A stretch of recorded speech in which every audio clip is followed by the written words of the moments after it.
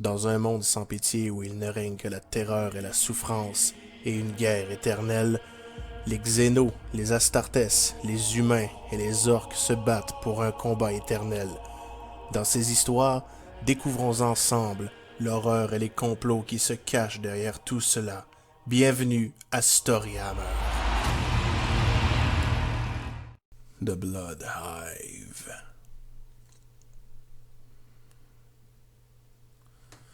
On ignore beaucoup de choses en ce qui concerne la Blood Hive, mais tout ce que l'on sait nous vient des Dispossess.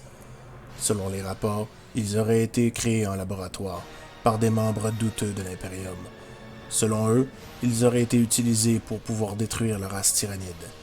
Leur génome de base fut ceux des tyrannides, bien sûr, mais également ceux des Blood Angels, pour les rendre plus agressifs, mais leur projet a échoué, et maintenant la ruche de sang est libre de parcourir la galaxie sous le commandement de leur reine, la Blood Queen. Une particularité intéressante de la Blood Queen est probablement sa caractéristique la plus effrayante. En dehors de posséder une psyché surdéveloppée et une intelligence machiavélique, elle est indépendante des restes des tyrannides. Mais plus encore, même s'il fallait que la reine meure, elle est capable de transférer son esprit dans n'importe quel de ses rejetons. Autrement dit, tant et aussi longtemps qu'il restera un seul tyrannide de la ruche, la reine pourra revenir aussi souvent qu'elle le voudra et plus puissante à chaque fois. La Blood Hive est capable de s'adapter en conséquence de tous les ennemis qu'elle peut affronter, et elle ne fait que grandir à chaque jour qui passe. Ils surprennent les malheureux qui tombent sur eux et finissent par les dépecer.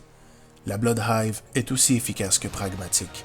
Elle ne gardera que les bons éléments dans les gènes qu'elles récupéreront et se débarrasseront de ceux qui sont inutiles.